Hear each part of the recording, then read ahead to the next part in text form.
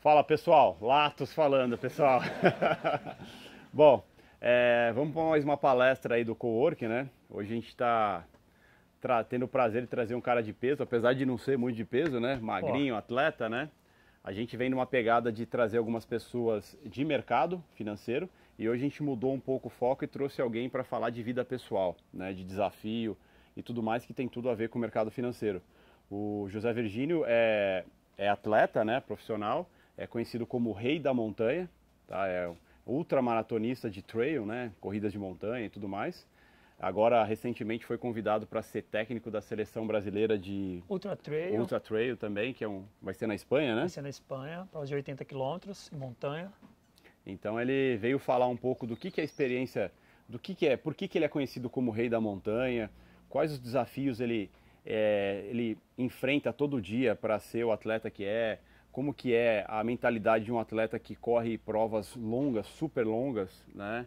Em terrenos super desafiadores e tudo mais, né? Que é o que a gente vive no mercado sempre, né? A gente está todo dia vivendo um desafio, a gente precisa ter um equilíbrio muito grande entre cabeça, corpo e por aí vai, né? Então acho que ele vai falar um pouco dessa experiência pra gente aí. Obrigado já desde antemão. Eu que agradeço. Tá aqui, é um prazer ter aqui. Espero que eu consiga somar. É um dos caras que eu admiro muito, né? Tem poucas pessoas nessa vida que eu admiro, mas esse cara aqui é um deles, assim, pela raça que tem, na luta que tem dentro da sua profissão aí e tudo mais, né? Obrigado por estar aqui.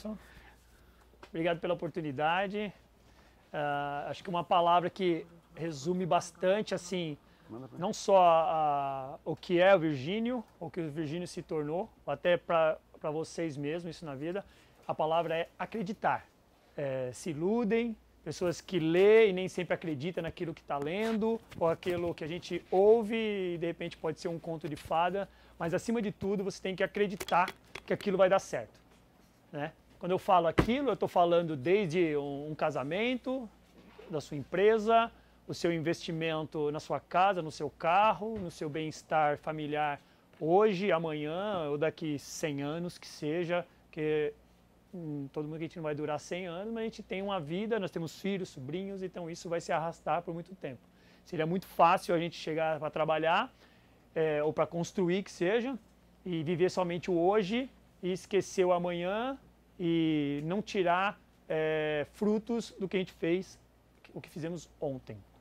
Então, na verdade, assim, precisaria de muitas horas aqui, ou muitas páginas de sulfite, ou muitos teclados ali para escrever o que é minha vida, o que foi, o como é. Na verdade, eu quero trazer alguns pontos cabais aí que me fez tornar a pessoa que sou. Eu continuo acreditando, continuo plantando, porque eu quero mais. Quando eu quero mais, é sem a necessidade de passar por cima de ninguém, eu quero mais daquilo que eu plantei. Tá bom? Meu nome é José, eu sou só um Zé, tá bom? Eu sou só o Zé que veio lá de Pernambuco para São Paulo. Aí não dá, né? Vamos pular essa parte. Um cara que acreditou, chegou em São Paulo ainda pequenininho, tal, cresci, vivi, também chorei, fiz coisas erradas também, como todo moleque faz. Queria ser jogador de futebol, a mãe não deixou, achava que eu tinha que morar em outro estado. Não, meu filho não vai, acabei não indo. Mas eu sempre acreditei que eu conseguia algo mais. Quando eu falo algo mais, eu falo assim, nossa, uma professora, eu lembro até hoje, ela falou pra mim assim, você vai ser atleta profissional. Eu falei, mas por que você tá falando isso? Porque você tem os ombros largos. Eu nunca, eu já sou formado em educação física, pós-graduado em treinamento desportivo, sou técnico nível 3 da Federação Internacional de Atletismo, tenho vários cursos, várias experiências, estou há 22 anos na corrida, 11 anos no trail, sou atleta já fui atleta de pista, de rua e nunca encontrei ou consegui encontrar alguma relação com ombro largo e ser atleta. Mas eu ainda tinha entre 9 e 11 anos, e aquilo que ela falou para mim, eu me alimentei e me alimento até os dias de hoje. Se ela falou, algum sentido tem. Então eu peguei aquele negócio, você vai ser atleta profissional, só que eu queria ser jogador, não consegui, então eu entrei no atletismo e falei assim, nossa, ela falou, então até hoje, eu tenho 38 anos, cerca de quase 30 anos atrás, eu ouvi ela falando isso para mim e acreditei naquilo. De repente, eu não ia ser o que sou hoje, o atleta de alto rendimento dentro do trail. mas aquilo me fez acreditar que eu poderia ser diferente. Eu tenho um técnico, embora eu tenha todo esse conhecimento, mas eu não sou autodidata. Eu creio que ser autodidata é uma coisa que você fica muito intocável, ninguém consegue nem te dar um presente, quanto mais bater um papo com você, já que você sabe tudo. Então, esse cara chegou na minha vida e falou assim, ó, seguinte, você pode ser tudo que você quer, só que você tem que se planejar. E todo treinamento para chegar aonde eu chego em termos de alto rendimento passa por um planejamento. Permite erros? Sim, permite erros. Tudo isso envolve uma construção. Foi aí que, só para voltar lá da professora, aquilo eu acreditei, peguei aquilo e transformei a minha vida inteira. E ela foi passando, tinha 8 anos, hoje eu tenho 38 anos, tenho uma família também com 3 filhos. Olha quanta coisa acontece na vida do cidadão. Às vezes a gente se resume a só 30 minutos que eu vou falar assim com vocês, mas eu tenho certeza que alguma palavra vai tocar lá no fundo, lá dentro do coração de vocês, ou na mente, e vai falar assim, pô, faz sentido ou não faz sentido, leva e guarda para usar em algum momento. E dentro dessas pretensões, desses caminhos que eu acabei seguindo, eu segui o trail. Trail é corrida de montanha, ela pode ser corrida de trilha, que a gente acaba americanizando o negócio, né? Então acaba ficando, o trail fica mais bonitinho, né? Então eu entrei no trail em 2008, saindo eu era corredor de rua, e aí eu peguei e pensei da seguinte forma, olha, vou voltar só em 2007, eu estava dentro de um trem, estava voltando de uma corrida, todo mundo corre aqui ou não tem ninguém que é da corrida? Então vocês param com isso, começa a pensar nisso, viu? Não fica só engordando, bebendo, jogando caloria para dentro não, porque depois não tem como. Entrei dentro do trem, voltando para casa, aí um colega meu, sentido Osasco, o amigo ia até Itapevi, aí entre um bate-papo e outro ele falou assim para mim, de onde você está vindo? Não, eu estou vindo de uma corrida que teve aqui em Santana, que era uma prova de rua, e eu perguntei para ele de onde ele estava indo, está vindo de Paranapiacaba, uma cidadezinha no distrito ali de Santo André, onde tem montanha, cachoeiras e cositas más. Eu falei assim, mas o que você foi fazer lá? Eu falei, teve uma corrida de montanha. Eu falei, corrida de montanha? Como que funciona essa corrida de montanha? Eu falei, não, você não corre na rua? Tem a corrida que são nas trilhas, cachoeiras, montanhas, mas se corre aí, não existe até um circuito brasileiro de montanha.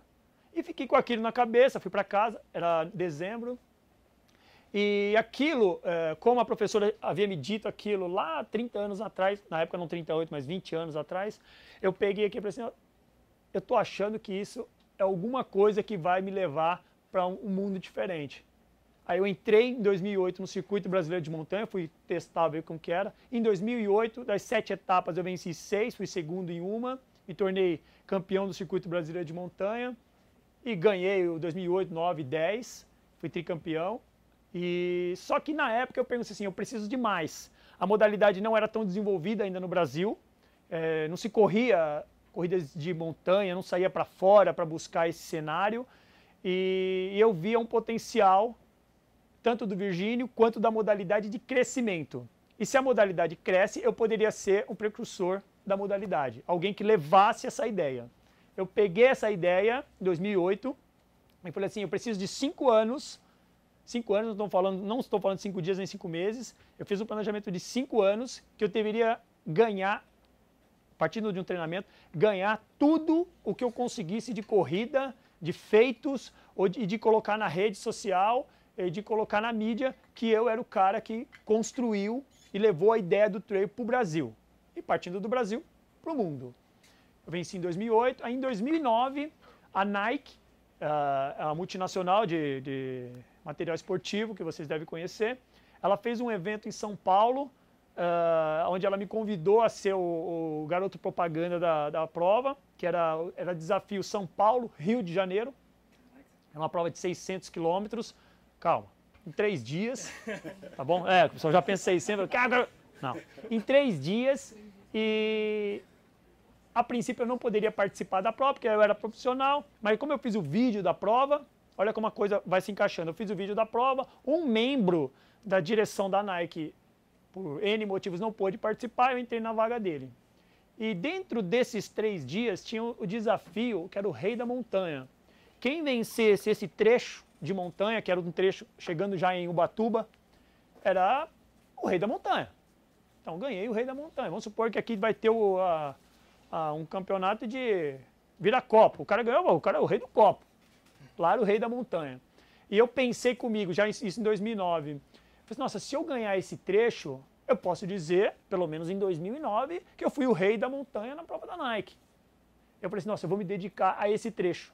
Foi aí que eu entrei na prova, participei do revezamento todinho, mas eu falei pro capitão da equipe, eu falei assim, eu quero participar desse trecho específico. Mas por quê? Não, porque eu corro montanha, né? Sabe como que é, eu gosto dessa parte, mas a minha intenção já estava sendo construída ali. Eu ganhei o trecho, me tornei o Rei da Montanha. Na prova teve uma premiação, tudo. Virgínia é o Rei da Montanha. Só que existia uma equipe de imprensa. E a imprensa comprou essa ideia. Voluntariamente, sem eu pedir, sem nada. Então saiu na revista Honey World, Contra-Relógio, Goldside. Virgínio é Rei da Montanha. No desafio 600K da Nike. Virgínia é Rei da Montanha, Virgínia é Rei da Montanha. E aquilo se perpetuou até os dias de hoje. Tanto é que eu tenho um blog Rei da Montanha. No cenário do trail eu sou conhecido como Rei da Montanha. E dentro do universo de trail, tanto dentro e fora do Brasil, eles me conhecem como Rei da Montanha. Existem atletas melhores do que eu, existem atletas mais rápidos ou mais resistentes, mas de repente não existiram atletas que pensaram isso a longo prazo. De usar o título que você ganhou, que eu ganhei lá em 2009, estamos indo para quase 10 anos aí de conquista, e aí me chamam de Rei da Montanha. Só que quando eu ganhei esse título em 2009, passaram 2010, eu continuei ganhando bastante provas, tanto é que assim, de 2008 a 2015, eu cheguei a participar de 62 provas, onde eu fui 61 pódios e 44 primeiros lugares.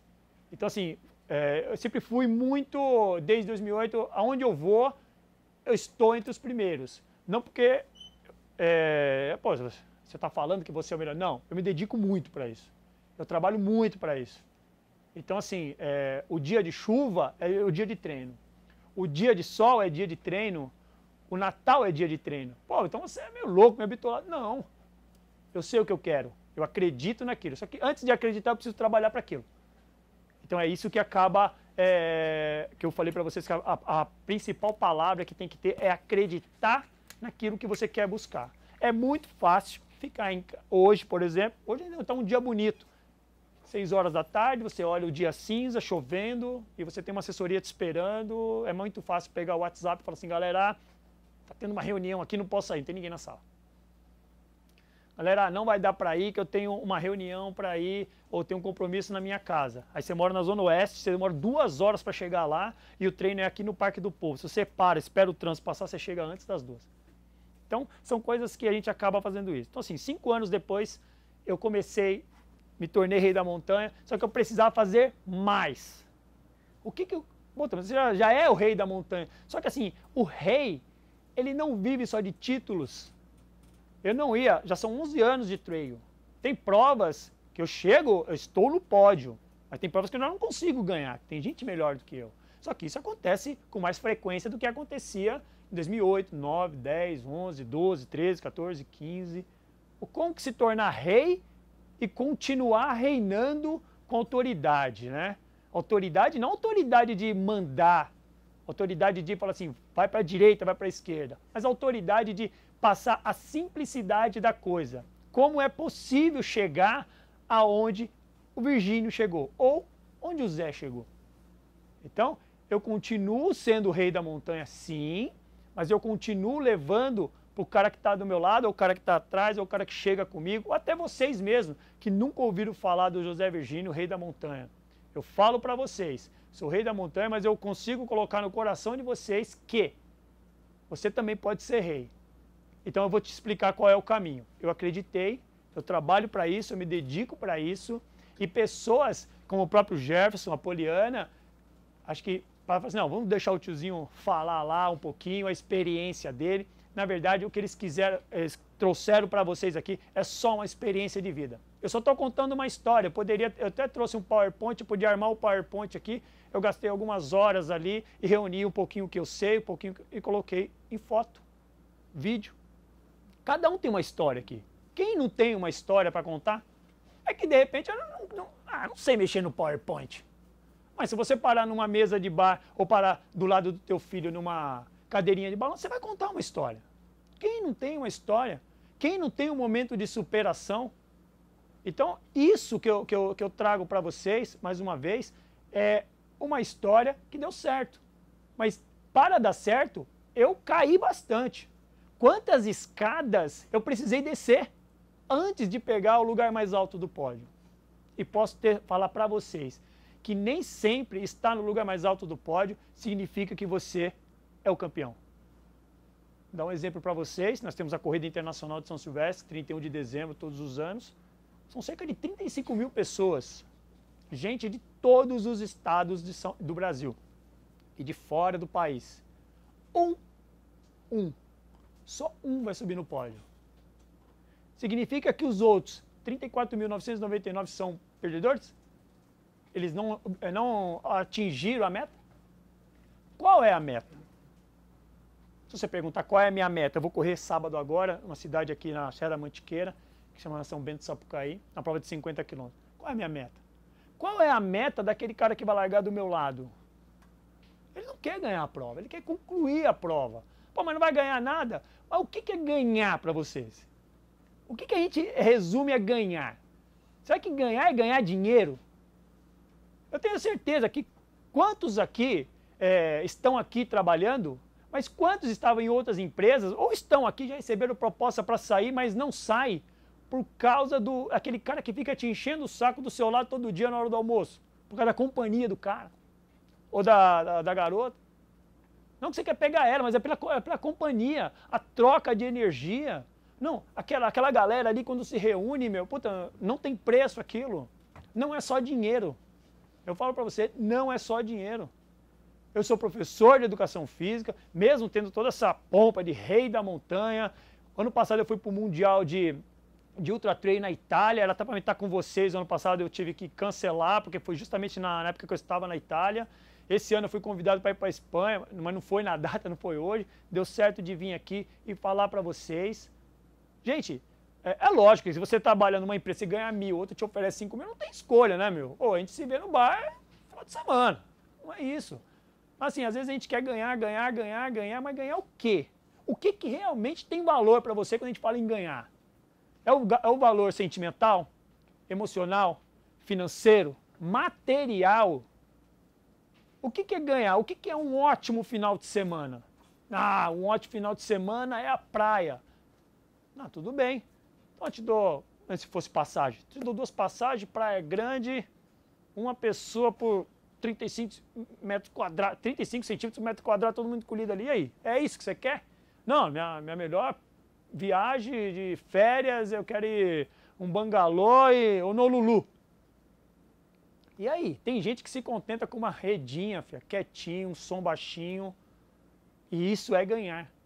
Então, assim, é valores. Eu sei que vocês trabalham com valores, com moeda, com notas, com quem vota ali, quem não vota aqui, fica apreensivo se Lula vai, se Lula vem. Eu sei que isso depende, é o que dita o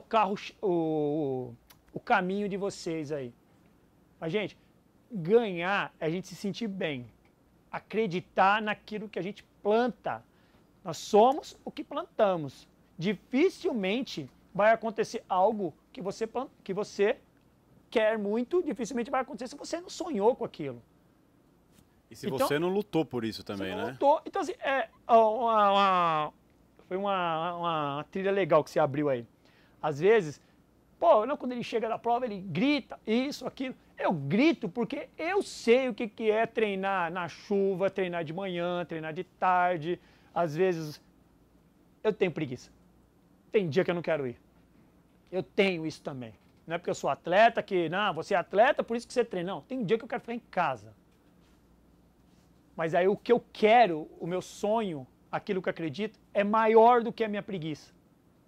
Então, isso me torna diferente. Quando eu termino um treino, eu vibro e falo para mim mesmo, você é diferente. Às vezes a pessoa vê, ele está falando com quem? Tem gente que passa correndo com o ouvido falando telefone, qualquer coisa, eu já imagino que eu tô com o telefone e as pessoas já é normal. Tô no Parque do Ibirapuera, a pessoa passa falando sozinho. Não, ela tá com um fonezinho e tal, então eu falo sozinho também. Então quando eu termino um treino, eu falo assim, meu, você é diferente. Você é diferente porque você terminou esse treino. Vamos para mais um. Eu tô dando uma aula, eu tenho certeza que quando eu sair daqui, eu vou entrar no carro e falei assim, Zé, você é o cara.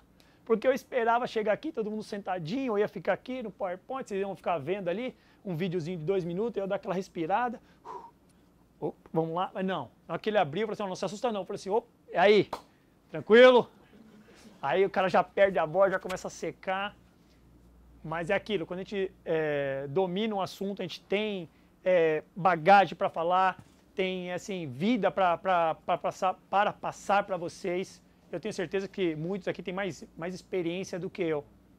Mais uma vez, eu só reuni um pouquinho das informações, dos caminhos que eu tracei, para continuar evoluindo. Acho que são coisas que a gente vai passando na vida que nem sempre a gente consegue reunir isso na hora certa. Eu estou falando uma questão assim, às vezes você tem uma pessoa do seu lado que você ama de paixão, que você gosta demais, mas nunca teve coragem de olhar para o lado e falar te amo. Muitos daqui devem ter filhos, assim, quantas vezes você fala para o teu filho que ama ele? Então assim, são coisas simples. Aí o pai, a mãe, um ente querido morre e fica triste. Eu falei, pô, meu, por que você não falou que amava quando estava ali com você? Gente, faça valer a pena em vida. Faça valer a pena quando você está do lado. Faça valer a pena, acredite sempre. O melhor dia para trabalhar são todos.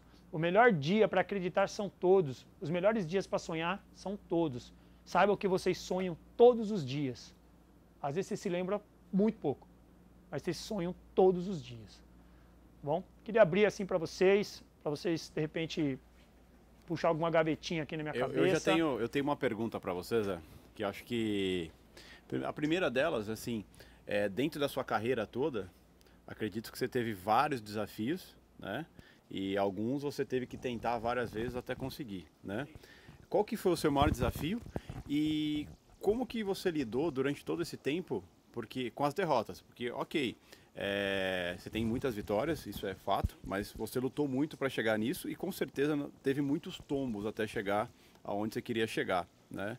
Então, assim, qual que foi o seu maior desafio e como que você se mantinha focado, motivado diante das dificuldades que você tinha na profissão? Porque a gente sabe que ser atleta hoje em dia não é uma coisa muito fácil. Sim. Acho que nenhuma profissão hoje em dia é fácil, né? Na vida não tem nada fácil, mas ser atleta não é fácil porque, principalmente pensando a níveis financeiros, é uma dificuldade muito grande, depende de patrocínio, depende de uma série de coisas. Você precisa ser muito diferenciado para poder, às vezes, ter um patrocínio melhor e tudo mais. Então você acaba tendo uma série de dificuldades até chegar lá na frente, no horizonte de chegar no nível que você vive do esporte, e o esporte paga todas as suas contas, mantém sua família e faz de você um cara realizado em outros aspectos, né? Então, qual foi o seu maior desafio e como que você se manteve motivado durante todo o período que teve dificuldade e como que você se motivava em cima disso e continuava acreditando no seu objetivo? Por que eu estou perguntando isso?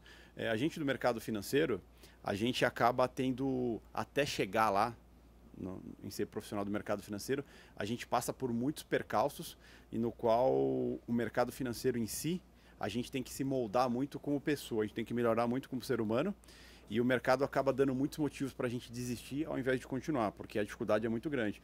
E se assemelha muito a um esportista, alguém que tem uma carreira que leva muitos anos para poder se consolidar, né? Então, se puder falar um pouquinho primeiro qual foi o seu maior desafio e como você se manteve motivado durante todo esse período da sua vida com as dificuldades até chegar onde você está hoje. Primeiro que a dificuldade, ela me alimenta, ela é meu combustível. Aquilo que é difícil me alimenta. Então, eu treino muito no Pico do Jaraguá, né? E lá, o ano passado descobri uma trilha lá, que ela é uma trilha de 500 metros, né? De descida e 500 metros de subida. É uma trilha insana, assim, a dificuldade dela é muito grande. E quando eu fui lá o ano passado, eu senti muita dificuldade, tanto para descer quanto para subir. Tamanha inclinação e tamanha técnica que deveria ter. E aquilo me motivou a voltar muitas vezes esse ano lá. E hoje tem até um segmento, um aplicativo que chama Strava. Hoje eu sou o rei da subida, da descida e da volta inteira lá. Só para vocês terem uma ideia, é 1 quilômetro a trilha, ela desce 500 metros, o recorde é 2 minutos e 45. Se você transformar isso em rua, é muito lento. Mas para trilha é muito bom. Então, o que me alimenta, o que me mantém focado, são justamente as dificuldades. A instabilidade. Quando está instável, eu falo assim, não, eu vou buscar estabilidade agora. Isso é fato. Isso tanto na vida de atleta, quanto na vida financeira ou profissional. Quando a gente fala financeiro no esporte brasileiro, cá entre nós, assim, sem demagogia nenhuma, não tenho partido nenhum, mas, gente, o sonho, eu vou falar por mim, o sonho é meu. O sonho não é do governador, não é do prefeito, não é do vereador, não é do presidente. O sonho é meu. Então, assim, eu não vou esperar por eles para concluir o meu sonho. Eu vou lá, vou treinar, vou plantar, vou colher e vou comemorar aquilo. Então, assim, a dificuldade financeira existe? Existe. Ela sempre existiu.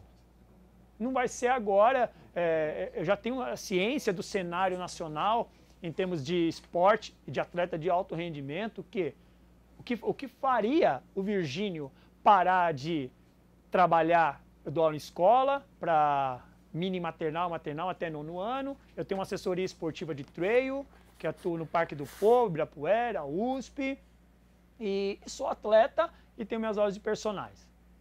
Ô Virgínio, e se a gente patrocinar você, vamos pagar 50 mil reais por mês? Eu falei assim, mas eu não vou conseguir largar o que eu tenho. Não, mas aí você tem que parar de fazer tudo. Eu falei assim, então, lembra aquele lance do dinheiro e tal? Eu falei assim, então, fica com 50 mil, porque se eu largar tudo, aí essa dificuldade, entre aspas, esse empenho naquilo que eu busco, na escola, na assessoria, lidar com gente que me motiva, que me alimenta para aquilo que eu amo fazer, que é correr.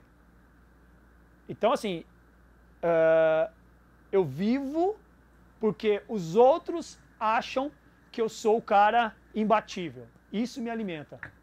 Então, quando eu falei de ser rei, quando eu publico, eu publico praticamente todos os dias, e eu publico situações, mensagens, vídeos, falando para aquele cara que está lá no Amazonas, ou o cara que está fora do Brasil, eu falo assim, você pode ser que nem eu, só que você tem que acreditar.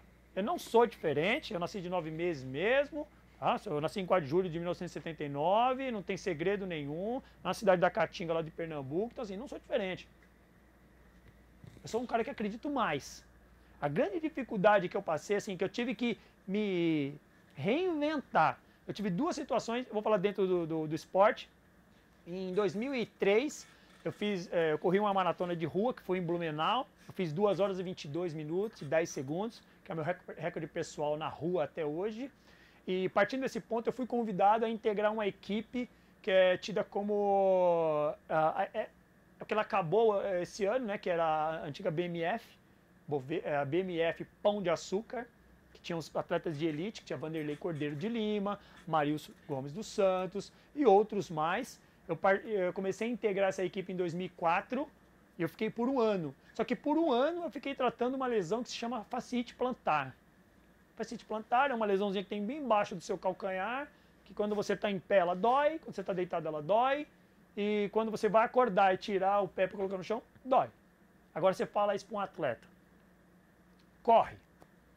Então, eu treinava pela manhã na pista, à tarde eu ia para fisioterapia, à noite eu voltava, treinava de novo, estava na pista de manhã, fisioterapia, treinava, então, por aí você tira como era a situação de atleta. Pô, então, você falou que gosta de dificuldade, então, mas dificuldade não significa dor todos os dias. Então, em 2004, eu estava na equipe top que podia me levar para uma Olimpíada. Nossa, de acordo com o meu rendimento. E por 1 ano eu treinava e tinha a lesão. E assim, dificilmente eu ia conseguir ter êxito porque eu não podia parar, porque era rendimento. A equipe queria rendimento. Eu não consegui dar os devidos números para a equipe. Consequentemente, não alcancei os números que ela queria. Eu fui desligado da equipe em 2005. Quando você chega num patamar de nível, por exemplo, o cara que de repente vai começar a jogar no Real Madrid, e por algum motivo ele é mandado embora do Real Madrid, ele volta para o Brasil e ele vai jogar no Bangu, você pode ter certeza, ele vai precisar de uma carreta gigantesca para se reerguer, se renovar. O que eu estou falando para vocês é que eu saí de uma equipe top, que podia me levar para a Olimpíada, eu vivia só daquilo, não dava aula, eu já era formado, mas não dava aula, eu vivia só daquilo. É o famoso come, corre, dorme, essas coisas. E voltei para São Paulo. Aquele momento eu falei assim, nossa, mas será que é o fim da minha carreira? Isso era 2004, falando 12 anos atrás, tenho 38 anos, tinha 26, já estava querendo encerrar a carreira, eu falei, pô, mas nem comecei. E durante 2005 eu precisei realmente me reinventar, psicologicamente e também na questão de performance. Consegui isso em 2007, olha, quase 3 anos depois, eu consegui voltar a correr bem, eu consegui ter alegria nas pernas, como eu consegui concentrar de novo naquilo que eu queria. Quando eu entrei na montanha, em 2008, por ser campeão do Circuito Brasileiro de Montanha, eu ganhei o título e ganhei também a vaga para participar do Mundial, que era numa cidade que chamava Campodossino, na Itália, na Toscana, creio eu. E era um Mundial de 12 quilômetros. E durante 2009 inteirinho, eu fui alimentando aquilo. Eu já tenho a vaga e fiquei esperando um dirigente ligar para mim e falar assim, ó, sua passagem é pro tal dia, você embarca isso. Só que durante o ano inteiro o cara fugia de mim e nunca me falava disso. Faltando uma semana ele me passou um e-mail gigantesco falando assim, ó, não vai dar para você ir, tivemos um problema financeiro, valeu, não vai dar para você ir pro Mundial. Aquilo também me abateu bastante, que eu falei assim, caramba, meu, de novo isso. Mas o meu objetivo era muito maior. Eu precisei me reinventar, mas em curto espaço de tempo, eu estava chegando no trail, mas aquilo nunca saiu da minha cabeça. A oportunidade de ter ido para um Mundial e não ter participado. Só que isso aconteceu em 2017. Eu fui convocado para o Mundial de Ultra Trail de 50 km, também na Itália, e eu tive a oportunidade de participar. Então, muitas corridas se passaram, muitas achismo de, será que eu nunca vou? Porque assim, às vezes estou falando de um Mundial, mas assim, para atleta, o ápice é participar de um Mundial, de uns Jogos Olímpicos e algo do gênero. Assim como um jogador de futebol, ele quer participar de uma Copa do Mundo. Eu estou dando uma visão para vocês, uma visão de esporte. Então, esses foram momentos que eu batia na trave, mas não ia. Batia na trave, mas não ia. E isso aconteceu, porque eu não deixei de acreditar. Então, esse foi o grande momento na minha vida que eu falei assim, nossa, eu preciso ir para esse Mundial. Eu tive uma seletiva o ano passado, que é justamente nessa prova que eu vou fazer sábado agora. Aí eu fui terceiro colocado e os 3 primeiros, olha, terceiro, e o quarto nem ia. Fui terceiro e aí os 3 primeiros foram convocados para o Mundial. Aí eu falei assim, nossa, como valeu a pena acreditar, como valeu a pena continuar arando a terra, plantando, semeando, jogando aquela aguinha dia a dia. Esteja pronto. Pronto. Porque nem sempre a oportunidade passa e ela espera você.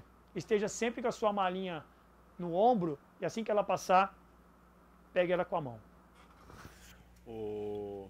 Não, sensacional. Acho que você teve vários momentos da sua vida, você teve motivo para desistir, né? Principalmente assim, estava no top, no meio dos tops, né?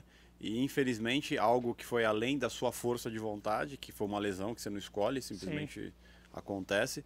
Mas mesmo assim, saindo desses tops, você foi buscar seu caminho. Você acredita que foi melhor para sua vida ter acontecido, foi importante ter acontecido na sua vida, ou você acha que se você tivesse ficado nessa equipe teria sido melhor? Qual o balanço que você faz hoje? Lá naquela época eu tenho certeza que você queria ficar na equipe e tudo mais, mas você acha que hoje na sua vida esse problema que você passou na sua vida foi um motivador para você buscar ser melhor do que você era naquela época? Eu acho que as situações de vida, elas acontecem porque elas têm que acontecer. Quem provoca aquela situação é você mesmo. Eu não esperava ficar lesionado, mas de alguma forma, ou um treino, ou um terreno, eu comecei a treinar e me causou aquilo. Mas, olha como que a coisa, se tivesse dado certo em 2004, eu sem lesão, teria ido para uma Olimpíada, eu não seria rei da montanha. Eu não estaria aqui falando com vocês sobre trail, sobre rei da montanha. Eu não teria essa história para contar para vocês. Não que eu não tivesse uma história, mas de repente, será que seria uma história atrativa para chegar aqui e contar para vocês Eu não sou o bobo da corte, nem o palhaço para dar risada. Confesso que eu tô feliz de você não ter continuado lá, para estar aqui, eu ter te conhecido e o pessoal aqui tá tendo a oportunidade de ouvir você falar também. Eu acho que assim, tudo na vida tem um porquê, um pra quê e pra onde você vai. É uma coisa que eu sempre penso e tenho assim na minha vida, às vezes eu acordo, quem nunca deu uma canelada na mesa assim, doeu pra caramba, aí eu penso rapidamente, tá doente, você quer xingar meio mundo, na hora que tô saindo, dá aquela canelada e dói, eu falo assim, nossa, essa dor, essa canelada, esse atraso foi por algum motivo. Então assim, tudo tem um porquê e um pra quê. Foi para retardar um pouquinho essa minha saída, não, então tá tudo certo. De repente ter chegado aqui 10 para as 3, pô, foi perfeito eu ter chegado aqui e vocês, pum, e o cachorro ia dar aquele susto. Se eu tivesse chegado aqui às 14 horas, por exemplo, todo mundo trabalhando, ninguém ia parar para olhar para mim e tal, essa coisa toda, então o impacto seria outro. Até a minha forma de expressar com vocês, de repente eu teria uma outra estratégia para estar distribuindo isso para vocês. Então assim, gente, tudo tem um porquê e um para quê. É lógico que a gente tem tudo para... Parque do Povo está embaixo d'água. Não vão para lá. Choveu forte. Você não vai pegar o carro e ir para o Parque do Povo. Aí também não, né? Não é assim. Então, assim, são coisas que, assim, que a gente acaba escolhendo na vida. Então, assim, na minha vida, tudo, uma coisa vai completando a outra. É um perfeito quebra-cabeça. O ano passado, por exemplo, eu sou um atleta de trail, eu tenho um patrocínio que é da The North Face, é uma empresa americana de material esportivo, e também da Ginomoto, que tem um suplemento chamado Aminovital Gold, que é um aminoácido de recuperação. Eles destinaram uma verba para que eu pudesse participar do Ultra Trail do Mont Blanc, que é em Chamonix, na França, que ela acontece em agosto. Eu fui para o Mundial em maio, e quando eu voltei do Mundial, quando eu voltei a treinar, acabei lesionando um pouquinho o joelho, tive que parar por 3 semanas. Isso me impossibilitou de chegar em alto nível no Mont Blanc. Então, faltando 1 mês e meio para o Mont Blanc, eu tive que declinar da prova. Só que declinar já estava tudo pago.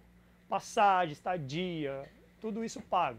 E era justamente essa verba que a Ginomoto tinha encabeçado. Eu tentei resgatar o máximo que eu consegui desse dinheiro que eu já havia pago, perdi bastante, porque quando você passagem aérea tem aqueles negócios, e destinei essa verba para correr o Saara, que é uma maratona no deserto do Saara que eu corri em novembro, que eu fui segundo colocado. Aí, eu falei assim, de repente não era para ir pro Mont Blanc. Seguinte, foco no Saara. Fui pro Saara, fui segundo colocado. O cara que ganhou foi o marroquino, que é um local, que é multicampeão também, corredor olímpico. E colhi muitos frutos desse segundo lugar no deserto do Saara. Consegui mais seguidores, mais amigos, mais alunos. Consegui dar mais exemplos e transmitir mais experiências.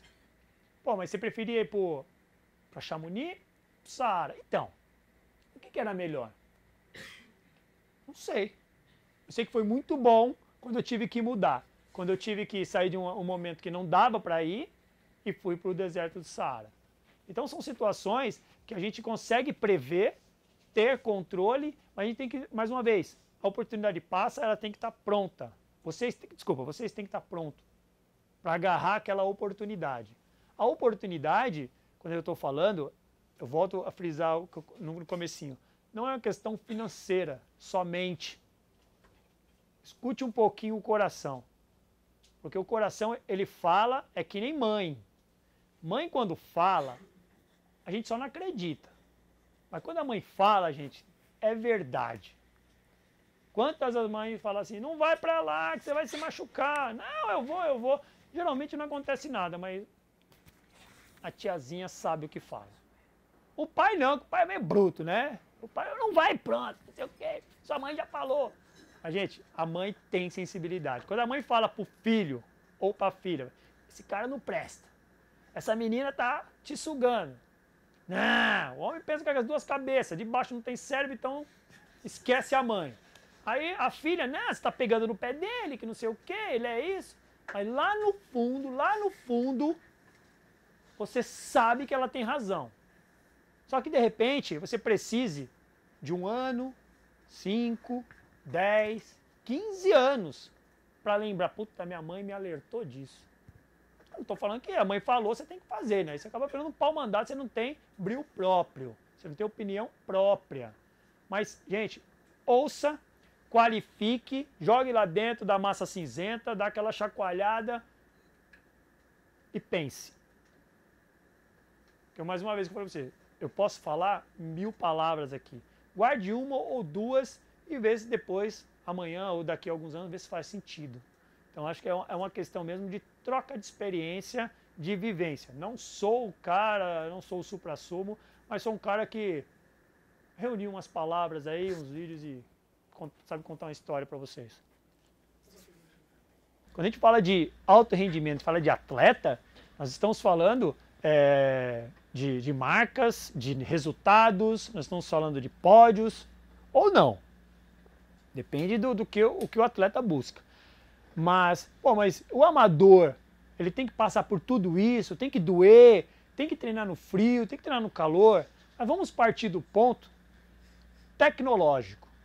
Hoje, eu tenho um relógio aqui no pulso que ele só falta falar. Ele fala desde quando eu estou correndo, a minha amplitude de passada vertical e horizontal, a minha frequência cardíaca, média, mínima e máxima, minha elevação, onde eu estou correndo, ele mede tudo. Hoje eu tenho, o mundo tem a tecnologia para isso. Tá frio? Pô, como que o pessoal lá no Ártico vive? Eles vivem no frio extremo. Como que a galera lá do Saara vive? É num calor insuportável. E vivem. No Ártico, vivem. Aqui em São Paulo, nós temos as 4 estações do ano facilmente em um dia só. O amador tem que sair no frio para correr, para pedalar. Pô, hoje nós temos o recurso aí da academia, que tem tudo isso. Mas se ele quer fazer ao ar livre, isso no outdoor, ele tem toda uma tecnologia de equipamento que ele pode simplesmente sair da casa dele e colocar só o rosto para fora. Que ele não vai passar frio, ele não vai sentir desconforto nas extremidades que são pé e mão, entendeu? Desde um dia frio ele pode usar uma touca, uma viseira, um boné, que seja. Então assim, chegar ao extremo de ter que treinar no frio, no calor e buscar isso, ele nem sempre precisa chegar a esse extremo. Ele precisa colocar o corpo dele em situação de desconforto, descendo na academia do prédio dele mesmo. Quando eu vou falar muito, vou dar palestra, é lógico que eu falo na visão, uma das visões de atleta, mas eu também tenho a visão de técnico, que trata de rendimento, e também tenho a visão de professor, que eu trabalho como construtor, como lúdico, trabalho como ludicidade. Eu lido com atletas de alto rendimento que querem ir para uma Olimpíada ou está indo para um Mundial, mas eu também lido com crianças de 2, 3 anos que estão lá grudadas na minha perna gritando tio. Então, assim, são situações que o Virgínio, com 38 anos, administra os polos. Eu tenho um aluno de 67 anos. E tenho alunos de 2 anos de idade. Eu tenho alunos com 60 quilos. Eu tenho alunos com 120 quilos. Então, como lidar com isso? Então, assim, uma coisa que eu falo assim, puta, você é diferente, né? Na conversa, o eu com o meu eu mesmo, você é diferente. Porque eu converso com o de 2 e converso com o de 67. Eu aplico treinamento para o cara de 30 e eu aplico educação, ludicidade para o de 5 anos. Então, essa troca, na verdade, pô, você não se confunde, não se perde, na verdade isso é o equilíbrio. Eu encontro o equilíbrio dentro do meu estresse. Porque lembrando, eu sou atleta. Então, o atleta, por mais anos que eu tenha na bagagem, experiência, eu tenho que saber lidar com isso. O Bolt, tirando esse último mundial, uns 2 mundiais atrás, ele queimou a largada do 100 e foi desclassificado. Porque a regra no mundial, se você queima a largada, você está fora. E aí? Ele é menos ou mais experiente? Quando eu falo para o leigo, você acha que quando o amador, ele vai para uma linha de largada, ele sabe que ele não vai ganhar a prova. Será que ele tem que desistir porque ele não vai ganhar a prova? Mas qual que é o objetivo dele? Quando a gente... Nem somente o atleta, o amador, vamos descer uma categoria. A partir do momento que você coloca o seu corpo em treinamento, em em corrida, em uma bike, você já é uma pessoa diferente. Porque você vai buscar, você vai solicitar para o seu organismo que ele se transforme, senão vai doer. Um dos princípios do treinamento é a continuidade. Quanto mais você treina, mais rápido você recupera. Quanto mais você roda, a gente fala roda, você corre, mais resistente você vai ficar. Quanto mais trabalho de velocidade você faz, mais rápido você vai ficar. Quanto mais você anda no frio, mais tolerante ao frio você vai ficar. Eu fui participar de uma prova em Orlando em 2012, eu estava 2 graus e garoando. Não sei qual a tolerância de frio para vocês, mas eu estava morrendo de frio com luva e manga longa e boné. Enquanto eu estava ali aquecendo para largar, poucos segundos da largada, eu olhei para o lado, tinha um cara que estava com um fonezinho, seu shuffle grudado no short, sem camisa. Então é o seguinte, aí eu olhei pro cara e falei assim, pô, não é possível, né, meu? Aí aquilo já me esquentou. Porque, meu, se um cara tá sem camisa, de shorts e consegue tolerar esse frio, mas por que ele consegue? Será que ele queria provar, pro Virgínio que ele tem mais calor do que eu? Não, provavelmente ele era um canadense, um cara que vive lá no Ártico, na Noruega, ou não, um cara que vive no sul mesmo, em que não tem temperatura. Ele se adapta àquilo. Mas a partir do momento que ele quer ser o cara mais rápido na maratona, ele tem que se submeter a transformações. Existem alguns trocadilhos na corrida de rua, que é o seguinte, quando você começa a corrida, deu a largada, você começa a correr. O objetivo da galera é terminar correndo, que é uma corrida. Quando o cara, no meio do percurso, ele começa a andar, temporariamente ele desiste ali daquele, puta, não aguento mais, deixa eu andar um pouco, daqui a pouco eu volto a correr. O trocadilho que tem fala assim, puta, o cara quebrou. O cara quebrou na prova, mas ele termina. Até mesmo porque o guarda-volume está lá na chegada, ele tem que pegar a chave do carro. Então ele termina. Então aí ele quebra. E aí ele anda. Não é quebrar de ficar parado e não conseguir mais nada. Ele anda, ele vai andando no percurso. Depois ele volta a correr novamente. O corredor de rua, quando ele quer resultado, ele não anda. Ele corre o tempo todo. Aí vamos subir o nível agora. Quando ele vai correr 10 km, ele vai correr a 3 minutos por quilômetro, ele termina em 30 minutos. 3 minutos cada quilômetro. É uma média de 20 km por hora de velocidade. Se ele passar 1 km a 3:10, a média final já dá 3:01. 3 minutos e 1 segundo. Aí você fala assim, pô, mas é só 1 segundo. Mas representam 10 segundos. Se o índice olímpico for 30 cravado, ele está 10 segundos atrasado. Se ele quiser tirar esses 10 segundos atrasado no último quilômetro, ele tem que correr para 2 minutos e 50, coisa que ele não fez em 9. Ele já está desgastado físico e psicologicamente. O que acontece na montanha? Na montanha, andar é uma estratégia, não é quebrar. Porque dificilmente existem provas de montanha técnica que você corre o tempo todo. Quando eu falo correr, é correr mesmo. Tem muito trecho, por exemplo, só faz trek. Ele vai andando rápido. E às vezes tem as pessoas que querem correr. Só que não, como que você corre nessa verticalidade toda? Então andar é mais eficiente. De repente, dentro do mercado financeiro de vocês, ó gente, não compra agora. Tá barato, mas não compra. Calma. Isso aí é ilusório. Passa 2, 3 minutos, tá vendo? Já passou. Então, o que eu tive que mudar? Primeiro, a concepção mental. Porque no corredor de rua, andar não. Eu vou querer correr o tempo todo. Mas nas primeiras corridas, eu estava com a cabeça do corredor de rua. Não, quero correr o tempo todo. Chegava numa subida muito longa, muito técnica. Quando eu falo técnica, que às vezes tem um tronco, tem uma pedra para subir. Eu queria correr. E muitas das vezes, na hora que ia começar a descer, eu não tinha perna. Não tinha energia. Tamanha energia que eu gastei para subir. Aí eu falei assim, então isso é estratégia. Eu falei assim, pô, mas será que valeu a pena fazer essa energia toda? E quando realmente tinha que correr, eu não conseguia. Aí eu tive que mudar esse conceito. Eu falei assim, calma aí. Esse negócio de andar não é quebrar. Dentro do trail, da corrida de montanha, esse andar é mais eficiente do que eu tentar correr. Olha que coisa de louco. Andar é mais rápido que correr.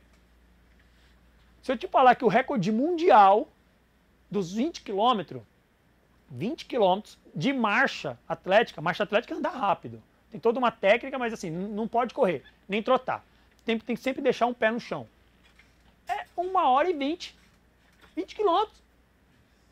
Isso é uma média, só para vocês terem uma ideia, de 15 km por hora. Às vezes, se vocês pegarem uma bicicleta para andar 15 por hora, vocês vão ver como é rápido. O cara vai andando. Tem talento? Não. Então, assim, primeiro, o treinamento, eu precisei mudar ele mentalmente. Saber o que eu tenho que fazer na rua e o que eu tenho que fazer na trilha. É uma outra modalidade. Ponto. O que isso mudou na minha concepção para a vida e de treinamento, mudou o quê? Eu comecei a ler mais, buscar mais, me conhecer mais.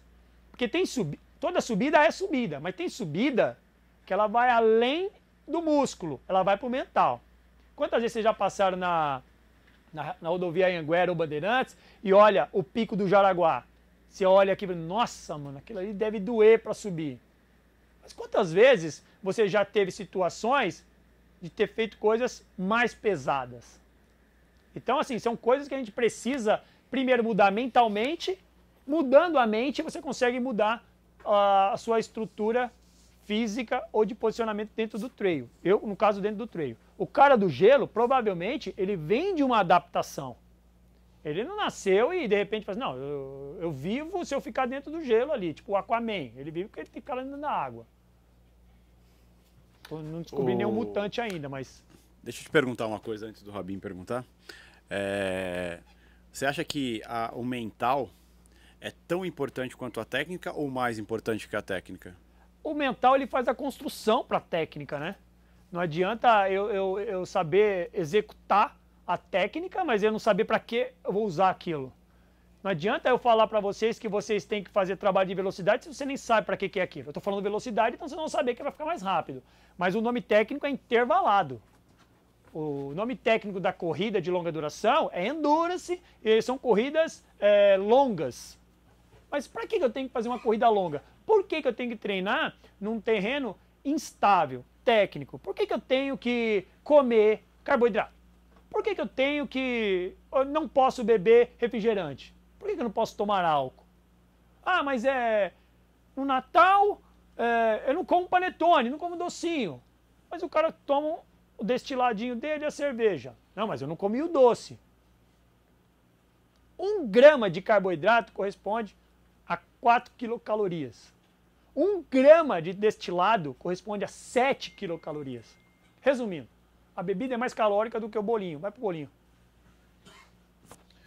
Mas o que eu quero dizer a nível de mentalidade, eu digo, digo tanto de disciplina, né? Que um atleta tem que ser muito disciplinado, assim como um trader do mercado financeiro. Sim.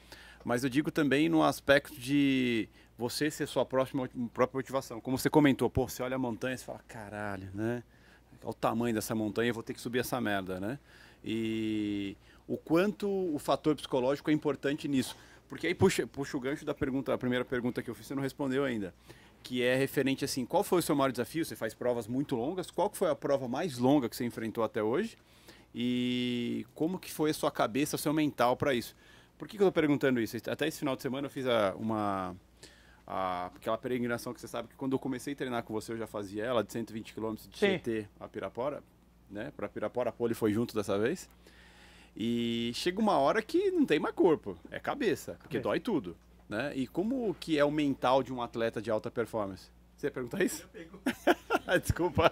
Não, primeiro é o lance que eu falei, primeiro que você tem que chegar, entendeu? Voltar dali seria uma derrota para você. É porque fica mais caro desistir do que continuar, né?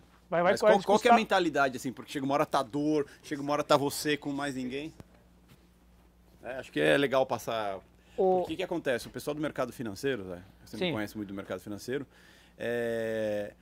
se tornar um profissional do mercado financeiro é como você fazer uma ultramaratona de 500 km, um exemplo. Tá. Né? Você sabe onde é a chegada, né? Mas detalhe, você sabe que tem 500 km pela frente, mas você não sabe os desafios durante esses 500 km. Que vai acontecer. Então, o pessoal tem que estar sempre se mantendo motivado, tem que estar sempre pensando positivo.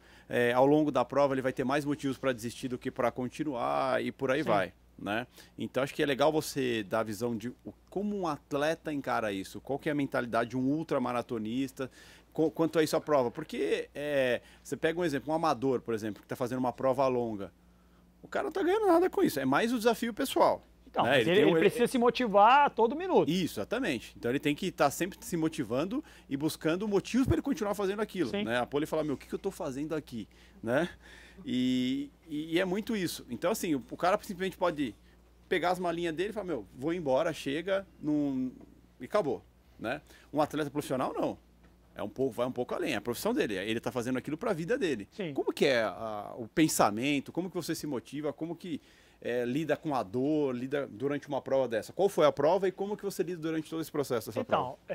Eu aprendi muito quando eu parei na minha primeira prova de trail. Eu fui participar de uma outra maratona de 80 km em Ilha Bela e eu estava inscrito na prova de 50 e 2 semanas antes eu falei, não, eu quero ir na de 80 porque todo mundo está indo na de 80, eu quero ir na de 80, fui na de 80. Quando eu estava com 40 km, eu falei assim, meu Deus, faltam 40 km. E ali já estava doendo. Quando eu falo doendo, gente, é doendo assim. Eu estava tentando me renovar a cada metro, nem em cada quilômetro. Só que quando chegou no quilômetro 60, era um PC. E antes disso, no 40, você tem alguns itens obrigatórios que você tem que levar na sua mochila. Que é essa mochila de hidratação, ela tem um reservatório de 1,5 litro ou 2. Você tem que levar lanterna, porque a prova começou era 9 da manhã, mas pelo tempo você obrigatoriamente tem que levar lanterna, porque você vai correr no escuro. E quando chegou no 40, que já estava doendo tudo, estava cansado, estava exausto, não era por falta de comida, que eu tinha comida, mas a mente não estava para aquilo. Eu resolvi pegar o meu kit obrigatório, aí eu tirei, estava passando um carro de um conhecido e joguei dentro do carro, falei assim, leva aí para mim. Só que naquele kit obrigatório estava lanterna. E qual era o meu pensamento? Agora eu falei pro meu corpo, eu falei assim, agora você está sem lanterna. Se você não correr, você não vai chegar com tempo hábil no 60 para subir a trilha de Castelhano e finalizar a prova, porque vai ficar no escuro. Escuro é escuro. E aí eu comecei a correr mais rápido. Eu falei assim, puta, e agora, né? Eu tenho que me resolver com isso. Foi uma estratégia. Eu consegui correr mais rápido, mas consequentemente minha prova já estava meio que condenada, porque eu tinha muitas horas ainda para correr, né? Eu não tinha 1 hora, eu tinha muitas horas. Resumindo, cheguei no quilômetro 60, foi game over. Eu não ia nem para frente nem para trás, minha energia acabou. Eu não tinha força mental naquele momento para continuar. Aí eu parei numa cadeira e veio o repórter, super amigo, eu tentando falar para ele, ele falou assim, você não vai continuar? Eu falei assim, meu, eu não tenho condições de continuar. Mas nem que você for andando, eu falei assim, não, eu já esgotei todos os meus estoques. Aí eu ainda falei assim, eu só estou preocupado com o que a galera vai pensar. Aí ele falou assim, ele falou para mim, né, falou assim, o que a galera vai pensar é um problema secundário. Agora, como você vai lidar com isso é o mais importante. Você parou porque você não aguenta mais, você não tem condições, ou você parou por simplesmente você não quer brincar mais? Quer voltar para casa, não quer brincar mais? Não, eu não tenho condições mais, nem física e nem mental. Aí eu falei assim, então, você está fazendo a coisa certa. Isso é o repórter conversando comigo. Você está fazendo a coisa certa. O seu aluno, o seu seguidor, quando você publicar que você parou porque não tinha mais condições, ele vai sentir orgulho e vai se sentir mais próximo de você. Porque ele vai saber que você também cansa. Você não é um cara, tipo, Ultraman. E eu levei aquilo, realmente eu parei, não continuei a prova, a vida seguiu. E foram um dos posts quando eu fiz, eu tenho um blog também, que chama Blog Rei da Montanha. Um dos blogs, um dos textos mais lidos até hoje que eu tenho. E muitos relatos da galera me mandando, eles falando assim, pô, eu aprendi muito com o seu relato. E comecei a perceber que realmente vocês, atletas de elite, são iguais a nós. Só que o poder mental de vocês, de repente, vai um pouquinho mais além. Então, depois dessa, não seria derrota, mas depois dessa passagem, eu aprendi muita coisa. E consegui também ensinar muita coisa. Eu cresci muito depois disso. Esse foi um ponto dentro do trail que eu tive que também saber o que realmente eu queria. Se era aquilo mesmo, assim, eu não consigo. Pintou aquela negação. Eu não consigo, eu não sou resistente o suficiente. Era uma prova de 10 horas. Pra vocês terem uma noção. Eu parei, eu já estava com 6 horas e meia. E eu não conseguia mais mesmo. Então eu tenho essa prova até hoje, só que aí eu voltei o ano seguinte mais preparado e venci a prova. De repente eu estava psicologicamente bem. Tanto é que eu passei no mesmo ponto, o repórter estava lá, aí ele perguntou assim para mim: por que te vibra? Tem que vibrar! Ah! E aí, Virgínio, mesmo ponto, como que você tá? Melhor impossível. Aí eu falei, eu te espero na chegada. Venci a prova, abri 15 minutos do segundo colocado e consegui. Aí eu lembrei do ano anterior, juntei as duas situações e eu falei assim, você é diferente. Você cai, levanta e continua avançando. Então assim, derrota, frio, gelo, sol, isso me fortalece. Eu tenho certeza que vocês têm situações de dificuldade, isso assim, financeira, de família, de namoro que seja. Gente, cresça nessas situações. Quem nunca ouviu falar que o verdadeiro atacante cresce em decisão? Quem é o atacante da sua vida? Quem é o defensor da sua vida? Quem toma a sua decisão? Então, assim, são situações que a gente passa. Até peço desculpa aí por emocionar, porque assim, tudo que eu falo, o que eu passo é real. É o que eu estou sentindo agora de momento e o que eu senti lá. Embora tenha anos para passar. Se um dia eu escrever um livro, se vocês puderem ler, vocês vão ter certeza, pode ler e ver minha imagem na frente, para assim, puta, ele passou por isso mesmo. Não é nada fake, muito pelo contrário. É por isso que o que eu escrevo, o que eu publico, o que eu falo, por onde eu passo, se eu estou numa corrida, se eu estou aqui, não digamos nem que aqui é uma palestra, na verdade é um bate-papo, uma troca de experiência. Eu estou falando de coração mesmo. Saibam disso. Não sei se eu consegui responder, se eu consegui transmitir isso para você. Eu tentei ser o mais simples possível. Até eu me emocionei muito nisso, porque eu me espelho muito nisso, eu vejo muito isso. Eu passei por muita dificuldade para chegar onde eu estou hoje e foi justamente por isso, né? A dificuldade hoje, mas não, aguenta que eu vou me preparar mais, daqui a um tempo eu vou estar lá. E eu acho muito legal essa parte de você nunca esquecer dos seus tombos, nunca esquecer de olhar para trás, do que você passou, saber muito bem onde você está, né? Mas nunca deixar de olhar para trás onde você estava, onde você está, para você ver o quanto você evoluiu, o quanto você pode evoluir, o quanto você pode ser sempre melhor, né? Porque dificuldade vem na vida da gente para melhorar a gente, não para simplesmente enfiar a gente no buraco de vez. Sim. Né? Isso é muito importante. Lembrar mais uma vez da São Silvestre, que são 35 mil, que só um vai subir no lugar mais alto do pódio, mas quando você vê a galera cruzando a linha de chegada, você vê um sorriso, você vê lágrimas, você vê vibrações, ele não ganhou a prova. Ele não ganhou a prova, mas ele ganhou a medalha dele, ele ganhou o êxito de ter concluído, de ter subido a Brigadeiro correndo ou ter concluído os 15 quilômetros. Então, trabalhar com essa motivação, quando eu passo para o meu aluno da assessoria, eu passo para ele, você pode ser campeão. Uma palavra que não existe aqui dentro é eu não consigo. Não existe essa palavra. Até para os meus filhos, quando eles falam assim, pô, vamos... Experimenta aqui esse caldo de cana. Ah, eu não gosto. Você já experimentou? Não. Como você não gosta? Não, mas eu não gosto. Você nem experimentou. Então, assim, não existe a palavra eu não consigo. Só que falar isso pro amador é complicado porque é o seguinte, a princípio, muitos falam, não, eu nunca vou ganhar. Tem aquele cara que fala, pô, eu não vou ganhar porque o outro é mais rápido, porque isso, mas o que é o seu objetivo? Para que você comprou o seu relógio? Por que você conta números ou paces de quilômetro? Para quê? Para alimentar o quê e quem? O que te motiva? O que motiva, às vezes, quando o cara está ali correndo e vai passando N coisas na cabeça dele, pô, aquele cara do meu lado lá no trabalho ou lá no bairro fica me cornetando, fala que eu não vou conseguir. Eu vou conseguir. Eu vou levar a medalha só para ele ver. Motiva o cara e o cara termina. O que motiva o atleta? Números. O que motiva vocês são números aqui dentro. O atleta é movido a números. Parece que não é só pegar um shorts, uma regata e sair correndo. É números.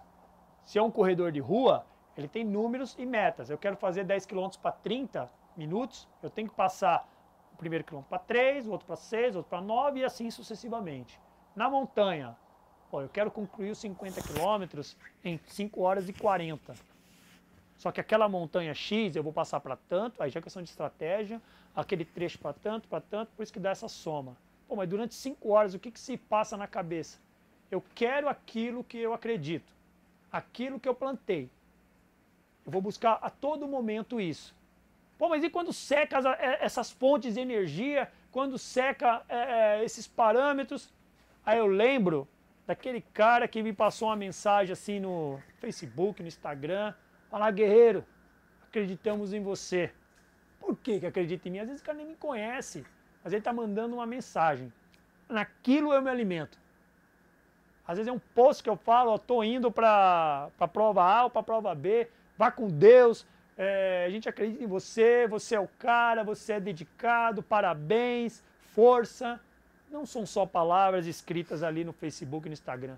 Eu curto e respondo e eu pego tudo aquilo, armazeno aqui dentro. Quando eu penso em fragilizar, que estou cansado, eu falo assim, não, eu vou chegar porque tem gente que acredita em mim. E nesse momento está acreditando mais do que eu. Que eu estou fragilizando e eu preciso pegar essa fonte de energia, aplicar na minha mente. Na minha mente eu transformo isso em energia para os músculos.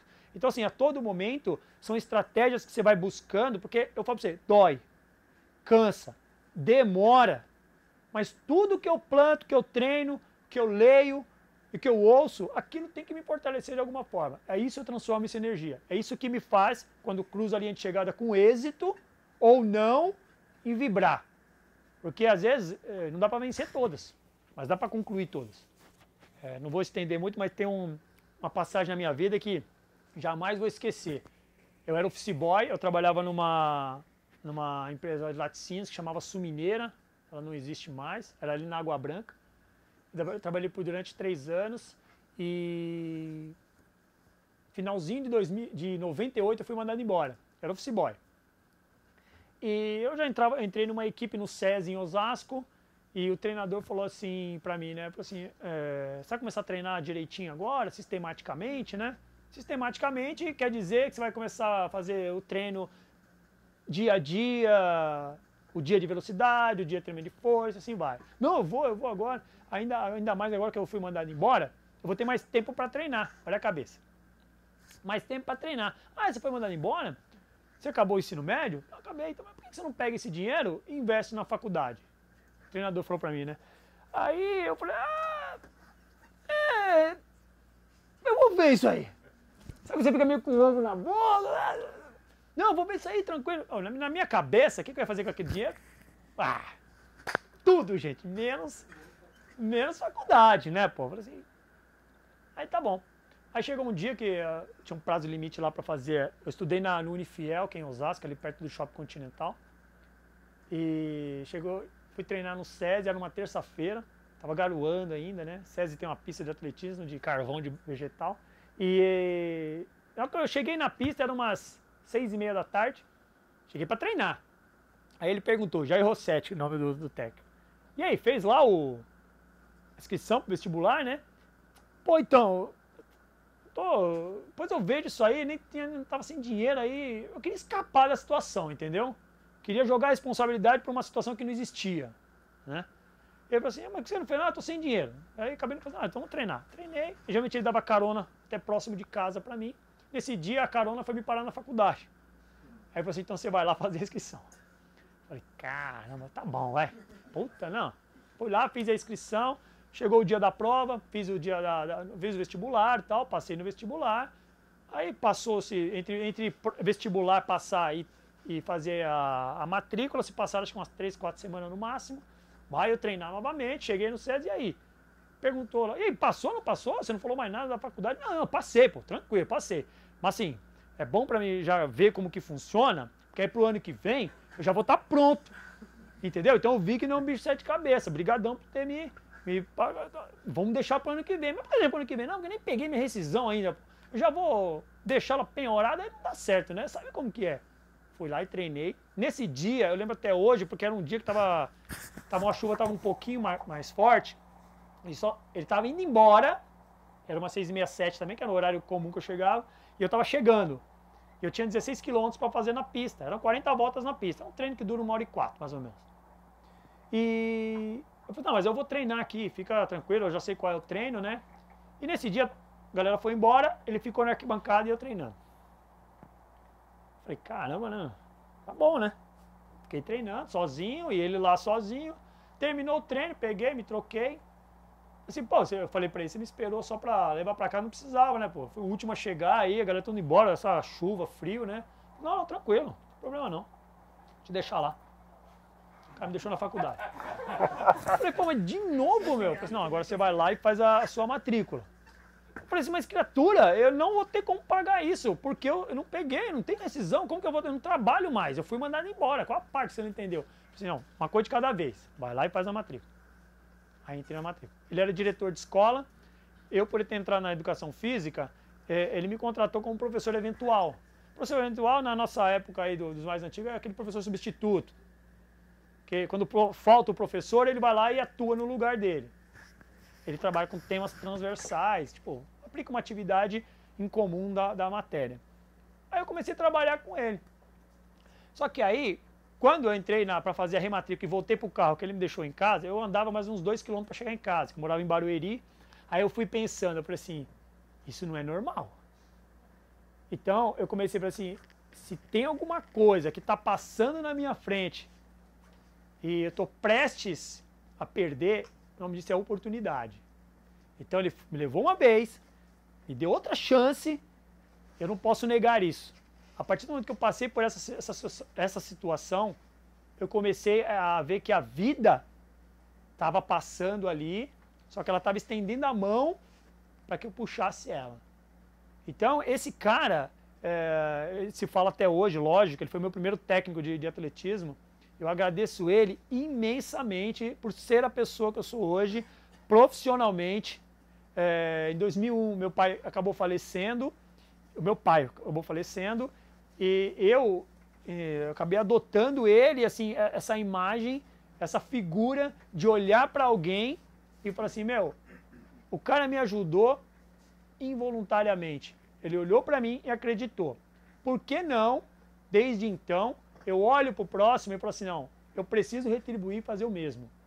Então eu já tive situações de estar no supermercado, a tiazinha está comprando lá as bolachas, está comprando a cebola, a cenoura, está pegando tudo que precisa para você fazer uma comida simples, e a caixa fala assim, ó, aqui vou ter que tirar isso aqui porque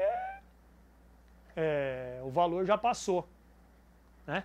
Aí a tiazinha tira a cebola, tira o alho, aí você vê aqui, vai, caramba, né? Situação, né? Aí eu falei assim, eu vou lá, não, faz o seguinte, pega a criatura que você queria e leva. Ela não está levando iogurte, bolacha, ela está levando uma coisa básica de fazer uma comida. Ela falou, não, mas eu vou devolver pro senhor.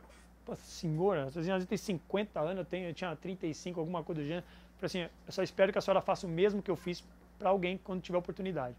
Então, ele fez isso comigo. Eu continuo fazendo até hoje sem ônus nenhum. Então são coisas que a gente passa na vida, que a gente realmente tem que lembrar e olhar para trás e falar assim, não, você é diferente. Sensacional, sensacional. Acho que para não prolongar muito mais, queria que você deixasse uma mensagem para o pessoal a nível de o quanto é importante cuidar da saúde, o quanto o esporte ajuda em todos os outros aspectos da vida, mental, pessoal e por aí vai. Porque acho que às vezes muita gente vai postergando, né? Ah, não, eu bato muito na tecla que esporte é importante, principalmente o mercado financeiro, para tirar a ansiedade e tudo mais, mas muitos ainda acabam hesitando. Tá. Né? Então, se você puder deixar uma mensagem para a gente encerrar aí, para o pessoal que ainda é preguiçoso, que ainda hesita e por aí vai, acho que seria bacana, né? Aquela coisa, né? O santo de casa faz milagre, fora de casa faz milagre, né? Às vezes o de casa não fala. Eu bato muito na tecla, mas muitos ainda acabam... Ah, vamos esperar mais um pouquinho, né, Gasparini? Muito longe, perigoso andar de bicicleta e por aí vai. Então, acho que assim, às vezes dar um chacoalhãozinho sempre faz bem, uma mensagem aí. Não, a mensagem é assim, as pessoas perguntam, qual é a melhor academia? Qual é o melhor professor? Qual é o melhor horário? Melhor academia é aquela que é perto da sua casa. Ponto. Melhor academia da sua casa. Qual é o melhor horário? Aquele que você não vai conseguir deixar de fazer. Qual é a melhor estratégia? É uma vez por semana? São 3? São 5? Façam estratégias compatíveis com a sua agenda e com a sua cabeça. Se você colocar como meta fazer 5 vezes por semana, vamos calcular que nós temos 7 dias por semana, se você perde 1 ou 2 dias, você já sai devendo, já sai queimando a largada na primeira semana. Mas se você colocar um dia dos 7, você tem que cumprir 1. Bom, mas o que é uma atividade física? Andar meia hora. Bom, mas vai adiantar alguma coisa? É melhor que nada. Eu garanto aqui, se pegar um copo de 300 ml e tomar um destilado, vai fazer muita diferença. Ah, mas eu não tomo muita água e tal, mas se você tomar 300 ml de água todo dia, vai fazer grande diferença. Então assim, o que eu deixo para vocês em termos de qualidade de vida, sabe o que a qualidade de vida, a saúde mental, ela é tão importante quanto a sua saúde financeira ou o seu bem-estar óptico. Quando eu falo óptico, é você olhar para lá, está chovendo ou está frio, e olhar para cá, está o ar-condicionado agradável. Não espere o médico vir falar. Ouça o amigo do lado ou que a rede social fala para você que a atividade física faz bem. Paga para ver. Vá até lá. Ah, eu venho do metrô até aqui, são 20 minutos, do trem até aqui são 20 minutos para vir, 20 minutos para voltar. Então, esses 40, primeiro que você está vindo com bolsa, sapato, ou tênis que seja, mas contando os minutos para não chegar atrasado, para uma reunião ou para bater o ponto. Quando você vai, você está contando os minutos para não perder o trem ou o metrô, ou não quer perder a carona para te levar para a faculdade ou para casa. Isso não é atividade física. Atividade física é você chegar na sua casa, ninguém dorme do jeito que chega em casa, não ser bêbado. Você chega em casa, você toma o seu banho e põe seu pijama. Já teve essa sensação? Não, mas eu vou em casa, vou ficar umas 2 horinhas. Meu, põe o pijama. Aí sim você está na sua casa. Se entrega àquele momento. Como atividade física, se entregue àquele momento. Ah, não gosto de acordar cedo, acordo cedo a semana toda de sábado. Já tentou acordar cedo de sábado, fazer uma atividade física e parar num bar que seja, com a namorada, com a mulher ou com a família para tomar um café, depois de você ter gastado aquela adrenalina correndo, a camisa tá suada, e você poder contar como tá bem? Saiba de uma coisa, o que vocês fazem aqui, eu garanto que vocês saem cansados e muito, porque a massa cinzenta de vocês, os neurônios, estão sendo queimados a todo momento. Explica para mim, como que vocês conseguem sair cansado o tempo todo sentado no ar-condicionado? Já tentou explicar isso fisiologicamente? Por que o taxista chega em casa cansado, se ele trabalha sentado o dia todo? Por que o guarda de trânsito, ele chega cansado se ele trabalha em pé o dia todo? Ah, porque ele está em pé. Então são situações que a gente precisa aprender que nós podemos fazer tudo e ter tudo, desde a partir do momento que a gente consegue se organizar para isso. Então, assim, atividade física, ela pode te alimentar, ela pode te deixar cansado, mas sempre pronto para o dia seguinte. Dar menos do que o possível é sacrificar o dom recebido. Gravem isso. Steven Prefontaine, corredor norte-americano. Obrigado pela oportunidade, viu? De coração mesmo.